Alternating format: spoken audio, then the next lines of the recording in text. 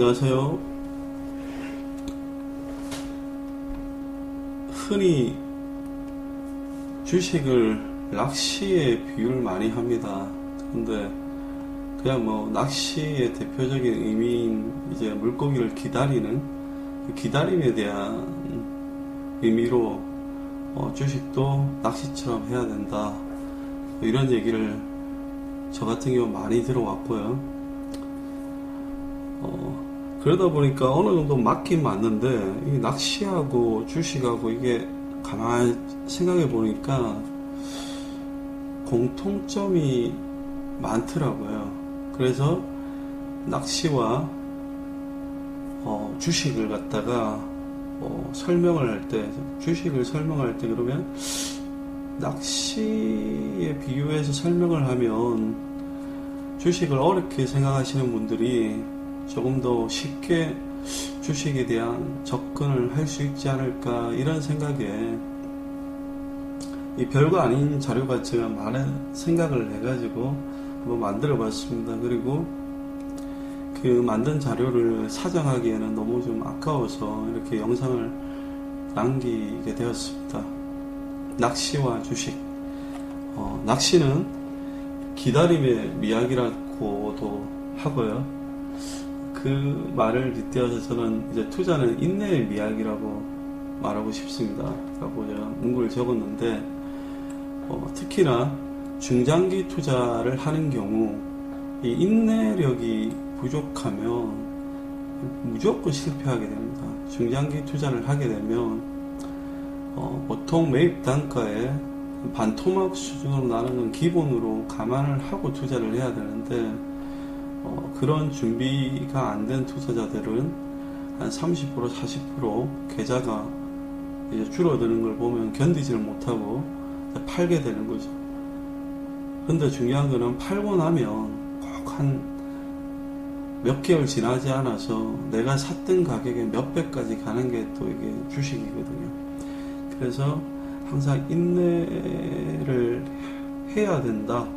인내를 해야지만 성공하는 투자자가 된다. 그런 생각을 꼭 가지고 주식 투자에 접근을 하시길 바라겠습니다.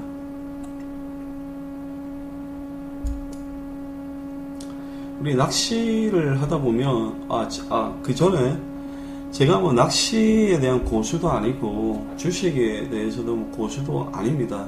그러나 이제 제 지금 현재 만든 자료는 그냥 제 상식선에서 그냥 만들어 놓은 자료이기 때문에 여기서 사용되는 용어라든지 단어라든지 이런 부분에, 그 다음에 설명 부분에 있어서 조금 어거지로 묶은 거에 대한 것은 이해를 좀 해주시기 바랍니다. 대상 5종을 자보, 고급 5종, 대형 5종으로 한번 나눠.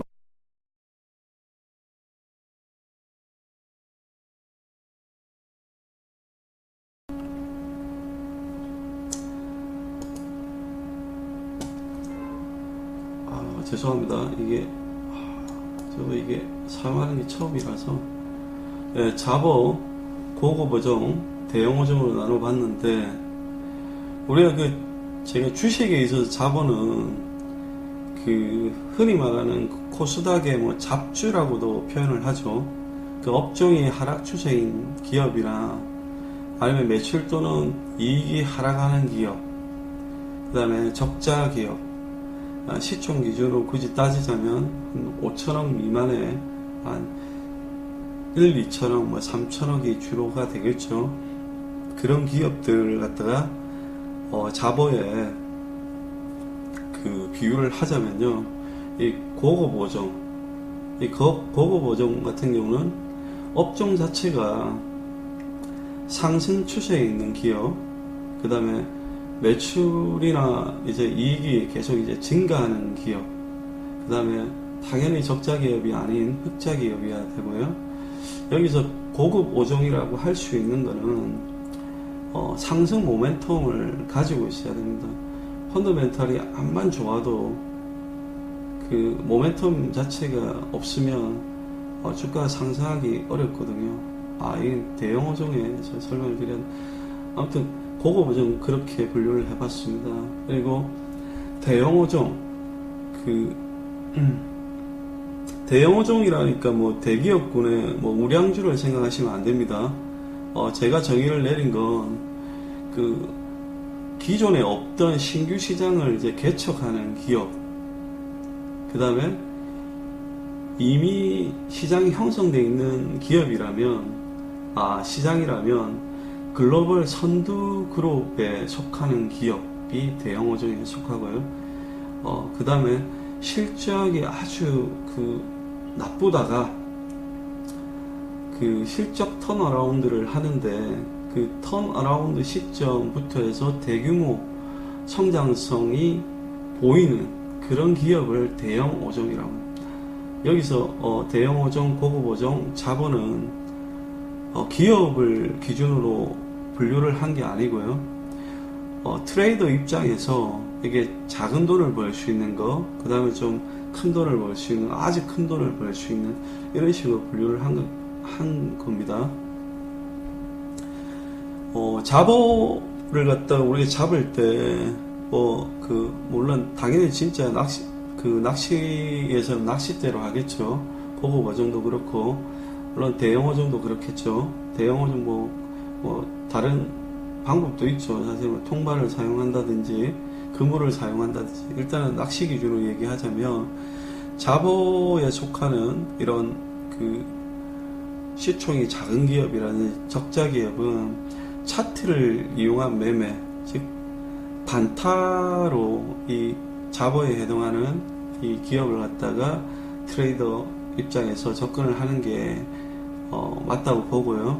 그래서 이제 투자 기간은 스캘핑이나 단타로 접근하는 게 맞다, 이렇게 정의를 한번 내려봤고요. 그다음에 고급 어종 같은 경우는 이제 아무래도 상승 모멘텀을 보고 들어간 기업이기 때문에 단타보다는 스윙에서 한 중기 투자를 기본으로 하고요. 반드시 대신에 이거는 차트보다는, 물론 차트나 기본적 분석도 해야 되지만 차트보다는 고급 어종을 잡을 때는 반드시 기업에 대한 모멘텀 분석을 통해서 그 모멘텀을 보고 이제 편입을 하는 그런 이제 매매법, 낚시법이라고 표현하겠습니다. 낚시법이 맞는 것 같고요. 그 다음에 대형어종은 당연히 투자 기간은 중기나 장기 투자를 해야겠죠.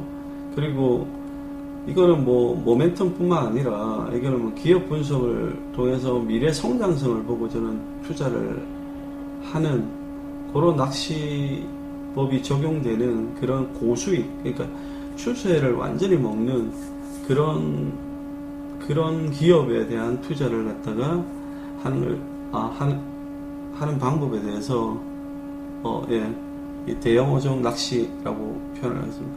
상당히 설명하기가 좀 그러네요. 낚시냐 주식이냐. 예, 일단 넘어가겠습니다. 대상어종 선정은, 그래서 차트 매매를 하실 분들은 이 잡어, 그 다음에 모멘텀 투자를 하실 분들은 이 고급 어종에 속하는 그 어종을 노리셔야 되고요. 그 다음에 그 중장기 투자, 미래의 가치를 보고 중장기 투자하실 분들은 이 대형 어종을 노려야겠죠. 네. 넘어가겠습니다.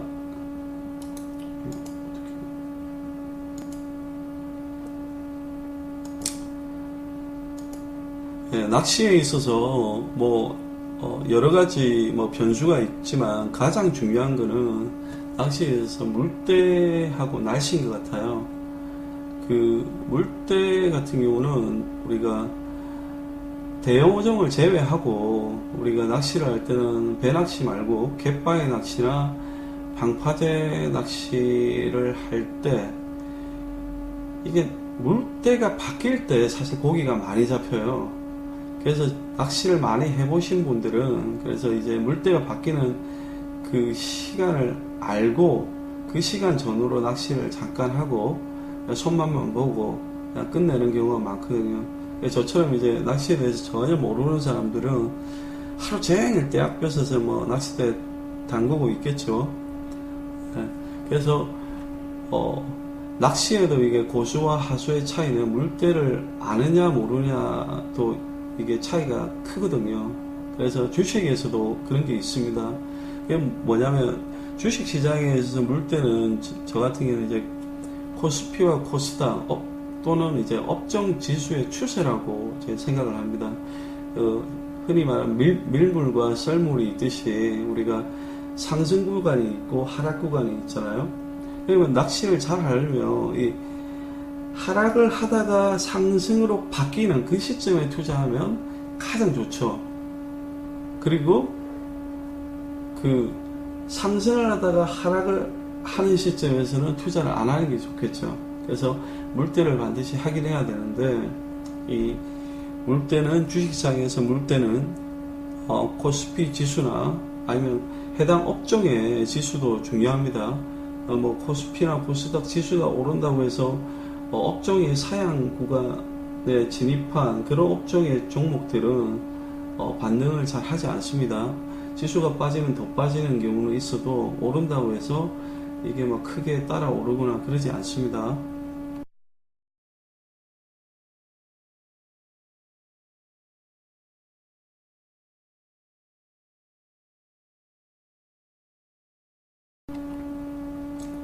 그 다음에 날씨 같은 경우는 낚시를 할 때 날씨가 안 좋으면 대부분 낚시를 못 하는 거죠. 그래서 배낚시를 할 때도 마찬가지, 날씨가 좋지 않으면 그 낚시를 포기하고 회항을 하죠. 그것처럼 주식시장에도 저는 날씨가 있다고 봐요. 그리고 일기예보는 없지만 그 비슷한 역할을 하는 게 주식시장에 있어서는 그 선물지수나 아니면 미국 시장, 그러니까 전날 나스닥이나 이런 게 뭐 폭락이 왔다. 그러면 대부분 우리나라는 그 같이 또 폭락이 이어지거나 심지어 더 심하게 폭락이 일어나는 경우가 많거든요. 그래서 그 일기예보 살피고 낚시를 가듯이 이런 해외 시장의 그 흐름이나 선물 지수를 활용하는 것도 그 하수와 고수의 갈림길에 상당히 중요한 방법입니다. 그래서 주식시장 날씨 정보는 제가 이걸 어쨌든 뭐 그 investing.com이라는 곳에 들어가면 대부분 다 볼 수 있거든요. 그래서 그걸 찾아 들어가셔가지고 투자를 하실 때 반드시 일기예보를 보고 투자를 하시기 바라겠습니다.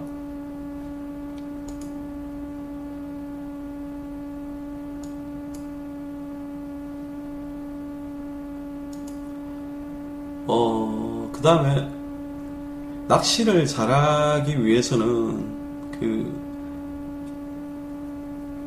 여기 나와 있듯이 그 포인트하고 채비가 상당히 중요합니다. 이 포인트를 아는 사람하고 모르는 사람은 같은 채비를 해도 조가에서 엄청난 차이를 보이거든요. 그래서 이게 주식시장에서는 이제 포인트가 바로 제가 지금 계속 강의를 올리는 그런 차트 분석이죠. 그래서 매수 타점을 알고 매수 타점에 들어가야지만 고기를 잡듯이 그 수익을 챙길 수가 있거든요. 그 다음에 채비도 마찬가지입니다. 아까 설명드렸던 잡어를 잡는데 막 저기 대형 어종 분석하듯이 그렇게 분석했다가는 잡을 수 있는 고기가 하나도 없습니다. 그 다음에 대형 어종을 잡는데 이게 잡어 잡듯이 채비를 해가면 당연히 대형 어종은 못 잡겠죠. 그래서 주식 투자에 있어서도 대상 어종에 따라서 채비를 반드시 달리하고, 그 채비라는 것은 다른 게 아니라 매매 전략을 말한다고 생각하시면 됩니다.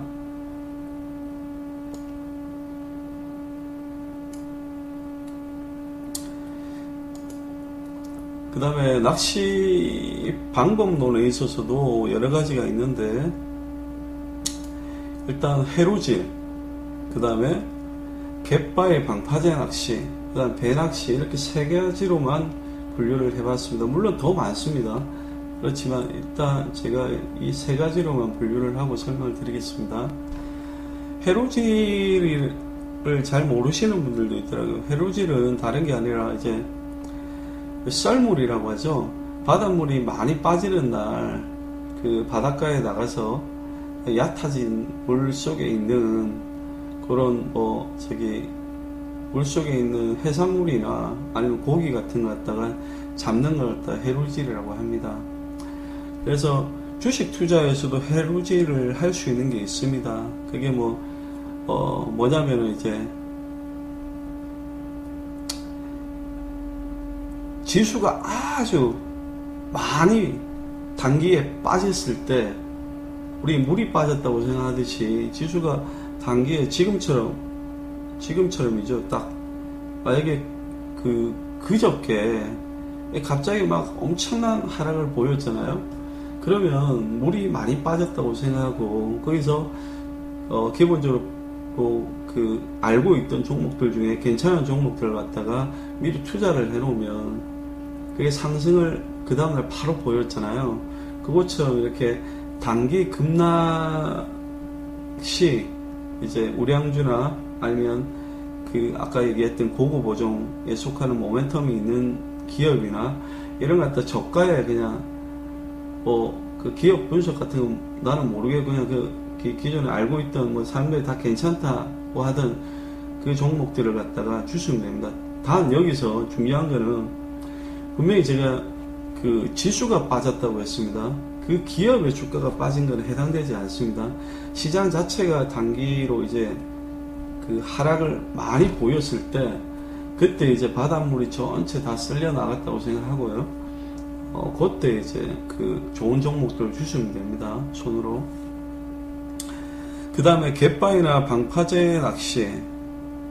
이게 대부분 낚시꾼들은 갯바위나 이제 방파제에서 낚시를 많이 하시죠. 그 다음에 낚시하면 민물 낚시 말고 바다 낚시하면 대부분 또 이런 장면을 떠올리기도 하고요. 그래서 주식 투자에 있어서도 갯바위나 방파제 낚시에 해당되는 게 바로 이제 제가 지금 강의를 올리고 있는 보조지표를 이용하는 그런 매매법이 여기에 해당되는 것 같습니다. 이 보조지표를 얼마나 잘 다루느냐에 따라서 이 같은 방파제 낚시나 이걸 가더라도 그 조가에서 차이가 엄청나게 나거든요. 그래서 이거는 말 그대로 실력입니다. 실력. 같은 채비 같은 시간에 바로 옆에서 낚시를 해도 조가에서 차이를 보이듯이 하수하고 고수가 그렇게 엄청난 차이가 보이는데 주식에 있어서 마찬가지입니다. 차트를 볼 줄 알고 보조지표를 사용하실 줄 아는 사람과 그렇지 않은 사람은 같은 종목을 공략을 해도 손실을 볼 수도 있고 수익을 볼 수도 있습니다. 말이 좀 이상하네요. 아무튼 고수는 수익을 많이 보겠죠. 하수들은 그냥 언제 진입해야 될지도 모르고 하기 때문에 그냥 대충 친구 얘기 듣고 사가지고 그냥 손해보고 팔고 이렇게 되는 겁니다. 왜 그러냐면 차트나 보조지표를 볼 줄 알면 이게 손절을 해야 되는 자리인지 아닌지도 어느 정도 판단이 쓰거든요. 그래서 차트나 보조지표를 갖다가 이용한 매매법을 이제 방파제나 갯바위 낚시라고 비유를 해봤습니다. 그다음 배낚시. 배낚시 같은 경우는 고기가 있는 곳으로 배를 몰고 갈 수가 있잖아요. 이 비유가 맞는지 모르겠지만 일단 배낚시는 이제 방법론이지 이게 자보를 공략할 수도 있고 그 다음에 또 다른 대상어종을 갖다 공략할 수도 있는 낚시법이기도 하죠. 그래서 주식에 있어서 배낚시는 아까 설명드렸던 고급 어종을 노리는 방법과 비슷하게 특정 이제 모멘텀을 보고 해당 모멘텀을 기준으로 해가지고 그걸 쫓아다니는 그런 매매법 아니면은 재료 분석을 통해 가지고 그 재료에 포함되어 있는 기업군들이 있겠죠. 그런 기업들을 갖다 공략하는, 찾아가는 거죠. 말 그대로 그 차트만 보고 기다리는 게 아니고 이제 재료가 있는 뭐 테마도 그게 포함되겠네요. 어쨌든 그런 식의 투자를 배낚시에 비유를 한번 해봤습니다. 가장 좋은 거는 가치 투자 외에는 여기서는 배낚시가 되겠죠. 배낚시 방법이 사실 단기의 수익을 극대화시키는 방법 중에 제일 좋은 것 같더라고요. 제 경험상.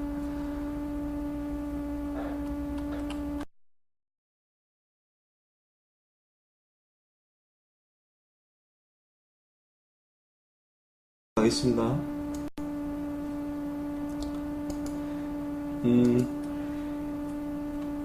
어종물로도 분류를 해봤습니다. 우리가 토착 어종이라고 하고 수평 해유성 어종이 있고요. 수직 해유성 어종이 있는데, 토착 어종 같은 경우는 사계절 내내 잡을 수 있는 손맛을 갖다 낚시꾼들한테 제일 많이 주는 뭐 놀래미나 볼락이나 뭐 이런 토착 어종 있죠. 이런 것들 같은 경우 토착 어종이라는데, 이 주식에 있어서는 토착 어종을 잡주가 이제 토착 어종에 해당되는 거죠. 잡주라고 꼭 나쁜 기업이 아닙니다. 오히려 잡주들이 손맛을 더 많이 주기도 하잖아요. 우리한테 변동성이 크기 때문에.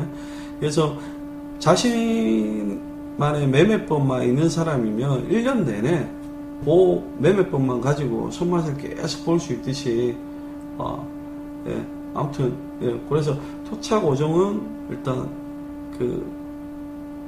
잡을 때 자신만의 매매법이 있어야 된다. 그 정도 설명을 드리고요. 수직 해유성 어종은 이제 수온이나 뭐 아니면 대부분 뭐 먹이 활동이나 수온 때문이겠죠. 같은 어종인데 이게 낮에는 뭐 깊은 물에 있다가 밤 되면 이제 물때가 바뀔 때나 이제 밤 되면 뭐 얕은 곳으로 온다든지 뭐 그런 특성을 보이는 어종인데, 뭐 감성동, 뱅어동, 참동 이런 것들이 거기에 해당되는 거겠죠. 그 다음에 주식에 있어서 더 수직 해유성 어종에 속하는 종목들이 있는데, 그게 이제 코스피 200이나 코스닥 100에 속하는, 아까 제가 물때 설명할 때 물때는 이제 지수라고 얘기 드렸습니다. 추세 하락 구간, 추세 상승 구간, 변곡점에 이제 우리가 밀물과 썰물이 교차하는 그때라고 보시고요. 그래서 지수와 연동되는 그런 종목들을 갖다가 수직 해유성 어종이라고 보고요. 그런 종목들을 공략을 할 때 반드시 그 지수를 참조해야 되는 그런 매매 전략이 적용이 가능하겠네요. 이게 빨리 설명하려니까 이게 뭐 설명이 더 꼬이는 것 같습니다. 예. 어쨌든 그 다음 넘어가겠습니다. 수평 해유성 어종.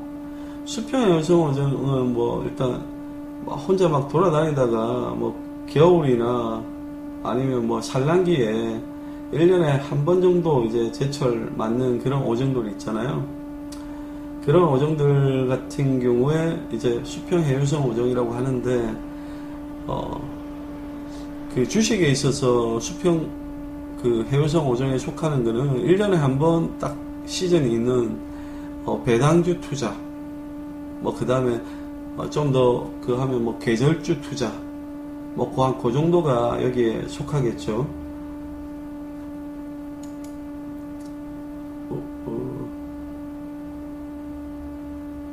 그 다음에 원투 낚시, 그 다음에 찌낚시, 이것도 빨리 설명을 드리겠습니다. 낚시를 해보신 분은 알겠지만, 찌낚시는 수심을 알고 수심을 조정해서 낚시를 해야 되기 때문에 이게 대상 어종에 대한 정보도 공부도 해야 되지만, 이 낚시에 대한 것도 연습을 많이 해야 됩니다. 그와 반대적으로 원투 낚시는 제가 제일 처음에 낚시를 배울 때 했던 게 원투 낚시인데, 뭐 수심층 이런 건 몰라도 됩니다. 그래서 원투 낚시를 많이 했고요. 주식에 있어서 대입을 해서 설명을 드리면 초보들은 원투 낚시를 하셔야 됩니다. 주식에 있어서도 우럭이나 놀래미나 뭐 감성돔, 도다리 뭐 이런 바닥권에서 잡히는 어종을 공략을 할 때 그냥 무거운 추에다가 미끼만 달아가지고 그냥 던져놓으면 지나가는 고기가 물면 그냥 잡을 수 있기 때문에 이게 초보들이 많이 합니다. 그 다음에 주식 투자도 마찬가지입니다. 그래서 주식 투자는 초보들이 하기에 좋은 게 이제 원투 투자인데, 원투 낚시죠. 원투 낚시에 해당되는 게 바닥권 종목을 노리는 겁니다. 바닥권 종목을 노리면,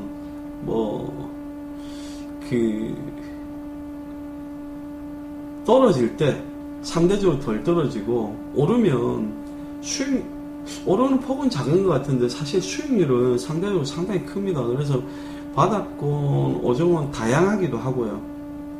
네. 다양하기도 하고, 의외로 이게 수익을 많이 주는 경우가 많습니다. 그리고 원투 낚시도 고수하고 하수는 분명히 차이가 있습니다. 왜 그러냐면, 저처럼 이제 초보들은 그냥 대충 그냥 보고 던지는데, 아까 얘기했던 낚시 고수들은 이게 포인트를 알고 던지고요. 그 다음에 조류의 흐름이라든지 바닥 상태 등을 이게 낚시대를 몇 번 왔다 갔다 하면서 이게 읽어드리거든요. 그래서 이 포인트를 달리하고 이렇게 하거든요. 마찬가지로 같은 원투 낚시도 당연히 이제 보조지표나 차트를 볼 수 있는 사람들이 더 수익을 올리기 유리합니다. 그렇지만 그럼에도 불구하고 초보들은 이제 원투 낚시를 해야지만 좀 더 찌낚시에 비해서 상대적으로 안전한 투자를 할 수 있습니다. 그 다음에 찌낚시 같은 경우는 대상 어종에 서식하는 수심이나 이런 걸 다 알아야 된다고 얘기 드렸죠. 그걸 이제 아는 게 이제 보조지표나 이제 차트를 보는 능력이죠. 그래서 중수 이상의 투자자들이 좀 했으면 합니다. 쉽게 다르게 설명을 하면, 주가가 이미 어느 정도 급등을 한 상태에서 도 투자를 할 수 있는 게 이제 중수나 고수들이거든요. 근데 그때 아무도 모르는 상태에서 그냥 좀 주가가 올랐는데 그냥 투자를 한다? 만약에 그 하락을 보이면 손실이 엄청나게 커지거든요. 그래서 반드시 차트나 이제 보조지표를 사용할 줄 아는 그런 중수 이상의 투자자들이 해야 되고요. 이제 낚시를 시작하시는 분들은 그 공부를 하면서 병행하면서 손맛도 봐야 되기 때문에 원투 낚시를 하듯 그 수익을 계속 챙기면서 공부를 해도 되거든요. 그래서 그 원투 낚시에 준하는 그런 바닥권 투자 종목을 갖다 공략하는 걸 추천드립니다. 잠시만요.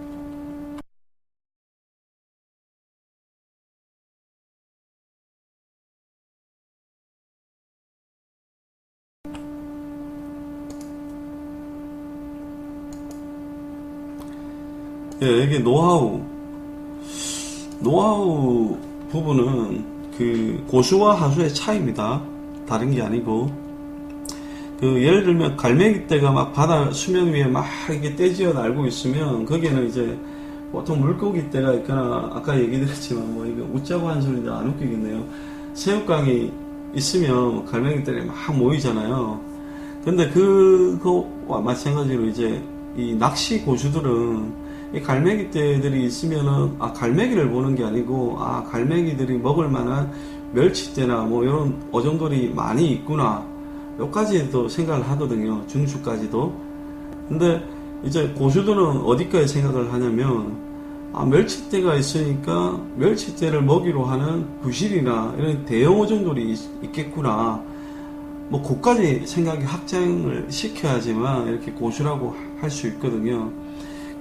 주식 투자에 있어서도 마찬가지입니다. 예를 들면 아까 설명은 드렸지만, 전기차가 잘 팔린다 이러면 전기차 어디서 만들지? 현대자동차에서 만들구나. 그래서 나는 현대자동차를 사야지. 이래도 돈은 벌 수 있습니다. 그렇지만 중수나 고수가 되려면 전기차에 들어가는 부품 중에 가장 돈이 많이 되는 부품이 뭔지, 그 다음에 진입장벽이 높은 이 부품이 뭔지를 생각을 해서 그 부품을 만드는 업체의 주식을 투자를 갖다 고려를 하는 거죠. 그리고 고수들은 그래서 한 단계 더 나가서, 그러면 그 예를 들어 배터리라고 하면 그 고수익의 부품이 그 배터리를 만드는 부품을 다시 또 분석을 해보는 거죠. 그래서 그 원재료 중에 이제 예를 들면 뭐 그 글로벌 탑 기업이 있거나 하면 그런 기업의 투자까지 고려하는 게 고수의 영역이라고 저는 생각을 하거든요. 그럼 아까 설명드렸던 메모리를 갖다가 삼성에서 뭐 생산 캐파를 늘리겠다 이런 발표를 딱 보는 순간 그 일반인들은 뭐 그냥 그러면 삼성전자 빨리 사야겠네 뭐 이런 생각을 할 때 고수들은 그러면 시설 투자를 하겠네, 그럼 장비업체 주식을 나는 좀 봐야겠다 그러면서 이제 그때부터 삼성전자와 그 거래하는 장비업체들을 갖다 분석을 하고 해당 그 메모리 관련해서 이렇게 연관되어 있는 업체들을 분석해서 그 업체들까지 같이 투자를 하겠죠. 네, 사실 좀 더 과거에는 이게 또 사이클이 있었어요. 예를 들어서 좀 전에 얘기했던 반도체면은 반도체 제조업체가 먼저 오르고 그 다음에 장비업체가 오르고 이런 식으로 이게 사이클이 있었거든요. 그때 이제 그걸 다 먹는 사람도 있었고요. 나중에 다 먹으려다가 다 실패하는 사람도 있기 때문에 어쨌든 그렇다는 겁니다. 그래서 갈매기떼를 보고 반드시 멸치대 정도는 생각을 하실 수 있어야 되고요. 좀 더 나가서 부시리까지 대상 5종에 포함시킬 수 있을 정도로 노력을 하셔야 될 겁니다. 그 다음에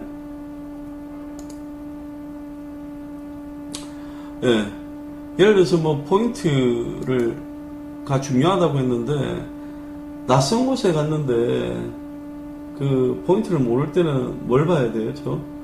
이 낚시꾼들이 막 모여 있는데 가면은 돈이 될 거잖아요. 맞죠? 돈이란다. 일단은 발음 먹고 들어갈 거잖아요. 여기 그게 포인트이기 때문에 현재 낚시인들이 많이 가는 거거든요. 낚시꾼들이 없더라도 낚시를 많이 한 곳에는 반드시 흔적이 있어요. 크릴 찌꺼기라든지 아니면 낚시 바늘 추 이런 것들이 막 쓰레기가 있거든요. 그것만 봐도 지렁이 통도 있고 그거 보면은 여기가 포인트구나 알 수 있잖아요. 그래서 그걸 많이 사람들이 낯선 곳에 갔을 때는 이용을 하는데 주식에 있어서도 그런 게 있습니다. 흔히 말하는 우리가 거래량이라고 하죠. 거래량이 이게 없는 구간이나 없는 종목은 가봐야 먹을 거 없습니다. 대부분. 그래서 이게 낚시꾼들이 다른 사람의 흔적을 찾듯이 거래량을 볼 줄 알아야 됩니다. 그래서 그냥 쉽게 얘기하면 거래가 없던 종목이 거래량이 터진다. 여기가 포인트구나 이렇게 생각하시면 됩니다. 예.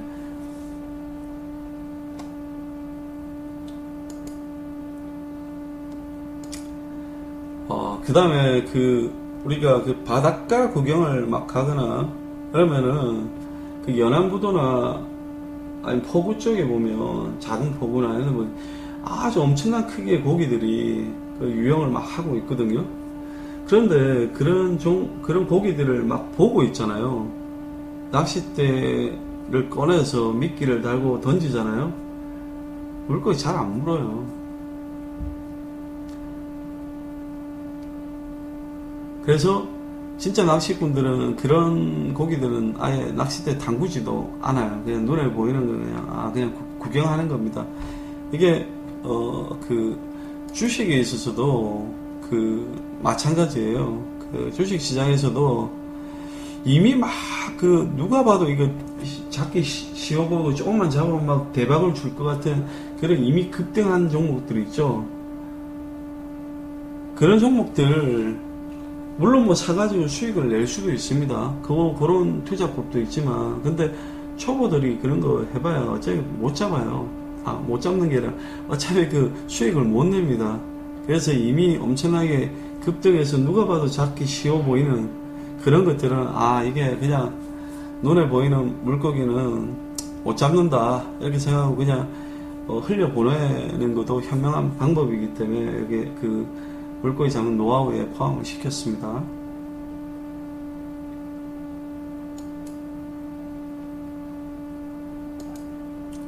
자, 이건 뭐 노하우라고 하기에 좀 애매한 부분입니다. 그런데 예를 들게요. 억지로 이건 끼워 맞춘 건데, 예를 들면 고등어가 씨가 말랐어요. 그래서 고등어 낚시를 하고 싶은데 이건 낚시가 아니라 어행위 어쨌든 뭐 낚시를 하고 싶은데 고등어가 씨가 말라 안 잡혀요. 그러면 어떻게 해야 되냐면 그 대체어종 있잖아요. 대체어종 이면수나 뭐 가자미나 이런 것들을 갖다가 대상어종으로 해가지고 저기 그 낚시를 하면 손맛도 보고 물론 뭐 수익도 볼 수 있습니다. 그 예를 들면 주식 투자에 있어서 이걸 좀 억지로 설명을 드리기 위해 제가 좀 가져온 건데, AI 바이러스 때문에 닭이 막 이제 저기 매몰을 하잖아요. 매몰을 하고 해가지고 닭이 부족해요. 그러면 돼지고기 관련주들이 막 오르고 수산물 관련주들이 막 급등을 합니다. 그렇다고 닭고기 관련된 업체가 상당히 빠지지도 않아요. 같이 오르는 거죠, 같이. 그래서 여기 보시면 이렇게 닭값이 올랐다고 해서 고기가 떨어지는 게 아니라 같이 오르는다는 걸 명심하셔야 됩니다.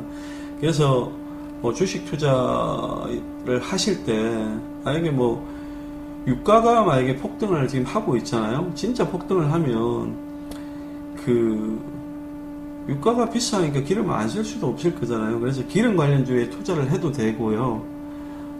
좀 한 단계 더 나가가지고 대체에너지 관련주 있죠. 네, 그 대체에너지 관련주에 투자하는 것까지 생각을 확장할 수 있으면 좀 더 그 유리한 투자도 할 수 있지만 좀 더 많은 범위에서 투자 대상을 선정할 수 있습니다. 그래서 이것도 노하우에 포함을 시켰고요. 좀 억지스럽겠지만 그냥 하나라도 더 알려드리려는 그런 마음을 받아주시고요. 그다음 맑은 물에는 물고기가 살지 않습니다. 물고기는 안 사는데 뭐 몸매 좋은 남자나 여자들은 가끔 볼 수가 있죠. 우리가 흔히 말하는 우량주에 투자해야 된다 막 이런 얘기 하는 사람 많죠. 뭐 틀린 말은 아닌데 사실 맑은 물에 큰 고기가 살지 않듯이 우량주로 큰 수익을 내기는 상당히 힘듭니다.